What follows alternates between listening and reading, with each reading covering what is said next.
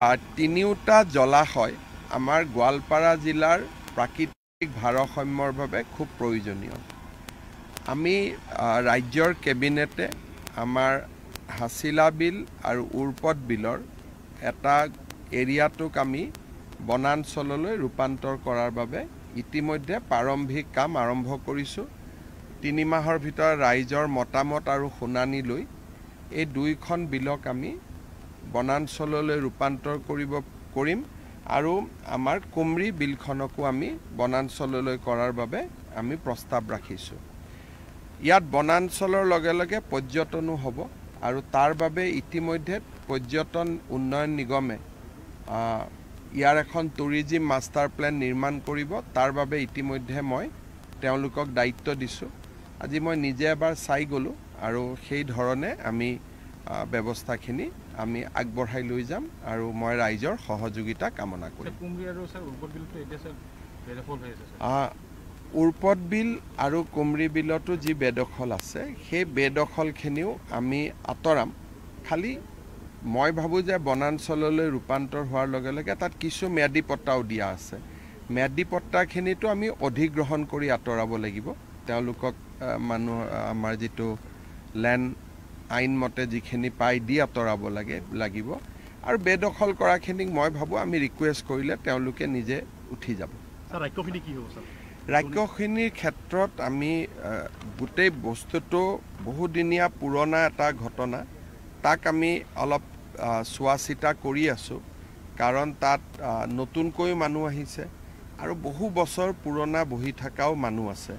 গতিকে গোটেই কথাখিনিক লৈ আমি বিভিন্ন ব্যক্তিৰ লগত আলোচনা কৰি আছোঁ। মোক আৰু 30-45 দিন সময় লাগিব, তাৰপিছত ৰাইজৰ লগত আহি কথা পাতিম। ছাৰ, ইয়াত যিহেতু যথেষ্ট মানুহ আছিলে, পৰিয়াল আছিলে আৰু বহুত পুৰণি কিছু ফেমিলি আছিলে, পুৰণিটো ইয়াত থাকিবই নোৱাৰে কাৰণ এভিকশ্যনটোৱে নতুন, মানে কি ইয়াত বহাটোৱে নতুন।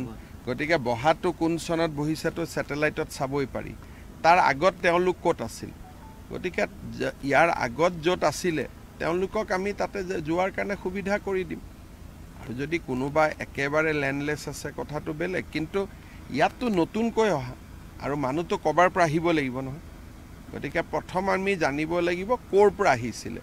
গতিকে যিখিনি মানুহে নিজৰ জেগালৈকে উভতি যাব নোৱাৰে তেওঁলোকৰ লগত আমি পিছত কথা পাতিম। কিন্তু এই গোটেই ঘৰবোৰ দেখিলে আপুনি গম পাব 10-12 বছৰ ধোৱা বা 15 বছৰ ধোৱা। তো 15 বছৰ আগততো পৰিয়ালটো ক'ৰবাৰ পৰা আহিছিলে নহয়। গতিকে প্ৰথম জানিব লাগিব তেওঁলোক ক'ৰ পৰা আহিছিলে। বোলে নহয় গৰাখহনীয়া হৈছিলে, মাটি গৈছিলে, তেতিয়া আমি সেই গাঁৱতে ব্যৱস্থা কৰি দিম। কিন্তু প্ৰথম আমি জানিব লাগিব প্ৰত্যেকজন মানুহৰ বুৰঞ্জী আৰু ইতিহাস। গতিকে আমি চেষ্টা কৰিম জানিবৰ কাৰণে। যাবগৈ, নিজে যাবগৈ তেওঁলোক। ইয়াতে যদি কিছুমান মানুহ কিবা কৰি থাকিব, কিছুমান মানুহ যাব, কিন্তু আমাৰ মানুহখিনি আমাৰ লক্ষ্য নহয়। আমাৰ লক্ষ্যটো হ'ল হাছিলা বিল। আমি হাছিলা বিলত কাকো আহিব নিদিওঁ। হাছিলা বিলখন আমি সংৰক্ষণ কৰিম। গতিকে আমাৰ লক্ষ্যটো মানুহখিনি নহয়, আমাৰ লক্ষ্যটো হ'ল হাছিলা বিল।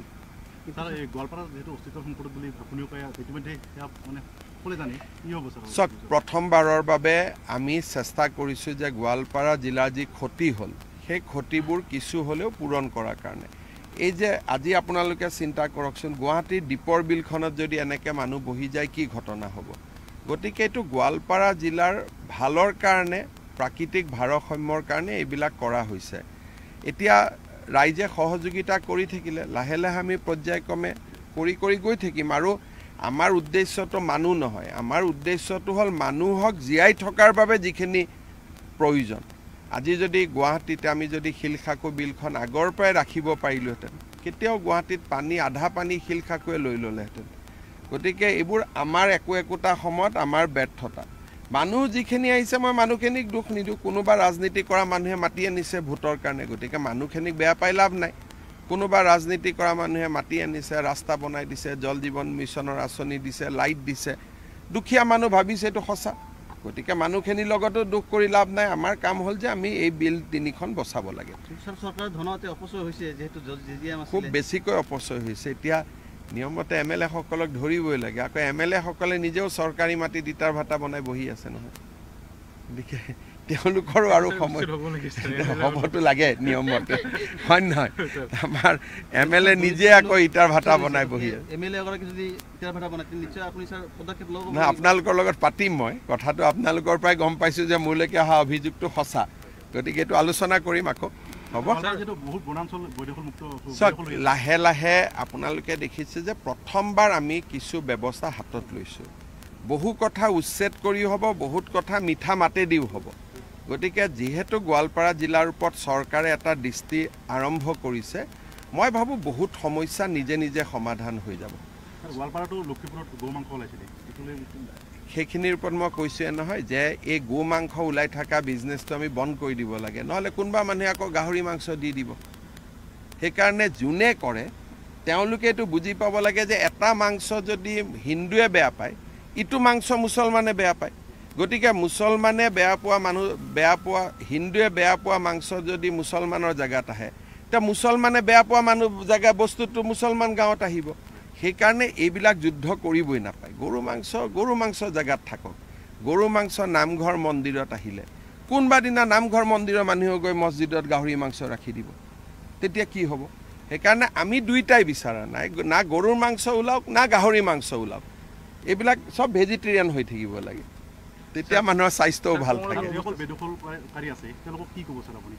মই বেদখলকাৰীসকলে মোক কিবা স্মাৰক পত্ৰ দিলে মই কথা পাতিম মুখ্যমন্ত্ৰীয়েতো চবৰ কথা শুনিব লাগিব মই মোৰ স্বভাৱে নহয় কাকো বেয়াকৈ এতিয়া অহা মানুহে বেদখলকাৰী বহি থকা মানুহ মোক গামোচা দিছে মই গামোচা লৈছোঁ মই কাৰো লগত বেয়া মোক ভালো পাইতো মই এতিয়া যাওঁতে আপোনালোকে চাব মই আকৌ মাত দি যাম মোক বেয়া নাপায় কাৰণ তেওঁলোকে জানে যে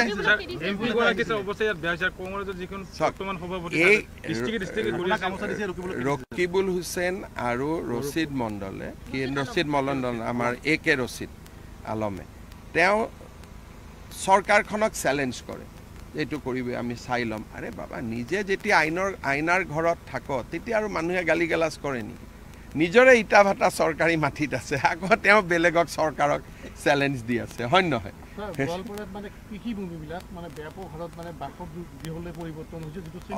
অলপমান ৰখক সেইবিলাকো চাই দিম আপোনালোকক মই অলপ নজৰ ৰাখিছোঁ লাহে লাহে ঠিক হৈ যাব গোৱালপাৰাত মেডিকেল কলেজ আহিব ৰাক্ষসিনী পাহাৰতো ডাঙৰ প্ৰজেক্ট আহিব লাহে লাহে জিলাখনৰ চেহেৰাটো বদলিব অলপ সময় দিয়ক মই এটাই কথা কওঁ যে কোনোবাই অসমত ঘূৰিছে এতিয়া ঘূৰাটো অধিকাৰ চবতে আছে খালি মোৰ এটাই কথা যে কথা বাৰ্তাবোৰ অসমৰ হওক বাংলাদেশ পাকিস্তানৰ হ'ব নালাগে এতিয়া সিদিনাখনে আমি ক'লোঁ যে টুইটাৰ ছ'চিয়েল মিডিয়া গোটেই বাংলাদেশ পাকিস্তানৰ মানুহ দি ভৰা পৰিছে সিদিনাখন মই একাউণ্ট দিলোঁ 2008 এতিয়া আৰু 2000 একাউণ্ট মোৰ চকুত আহিছে তাৰো এতিয়া ইনকুৱাৰী দিব লাগিব যে কোনে এইবিলাক কৰি আছে গতিকে অসমীয়া ভাৰতীয়ৰ বাবে যি কৰে কৰি থাকক পাকিস্তান বাংলাদেশৰ কাৰণে কৰিব নালাগে ইমানে কথা হ'ব ধন্যবাদ চাই দিম দিয়ক মই এইখিনিও চাই দিম সব লাহে লাহে কৰিম দিয়ক নেপিয়াৰ গ্ৰাছ লগালে বহুতখিনি সমস্যা সমাধান হ'ব নেপিয়াৰ গ্ৰাছ যদি আমি গোৱালপাৰা বনাঞ্চলত লগাব পাৰোঁ তেতিয়া হাতী মানুহৰ ঘৰত নাহে